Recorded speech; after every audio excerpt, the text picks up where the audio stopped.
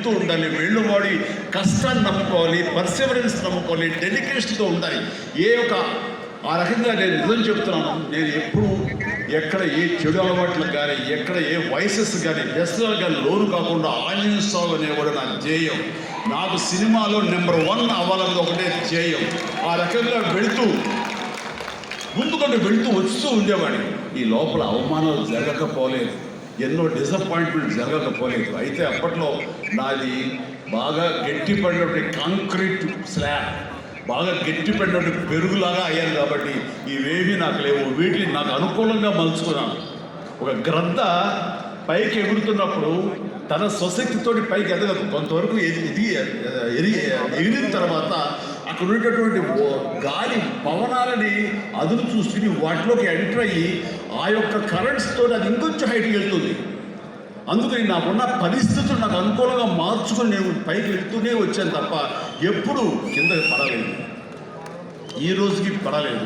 Cinema ఇండస్ట్రీకి అంత ఇదిగా ఉన్నానంటే నాకు నేనుగా ఏర్పరచుకున్నటువంటి, నాకు నేనుగా చూసిన ఫిలాసఫీతోటి ఆ యొక్క దీంతో ముందుకు వెళ్తూనే వచ్చాను. అంటే చాలాసార్లు చెప్పాలంటే ఎన్నో డిసప్పాయింటింగ్ జరిగింది నాకు.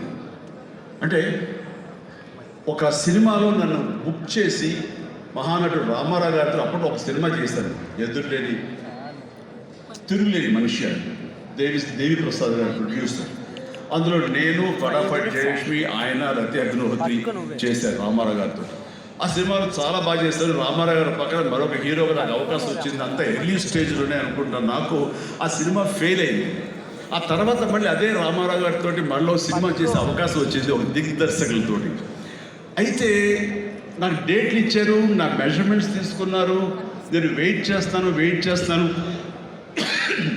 కానీ నా పేరు లేకుండా మరొకరి పేరుతోటి ఆ అనౌన్స్మెంట్ అయ్యేసరికి ఎక్కడ డిసప్పాయింట్మెంట్ వచ్చింది.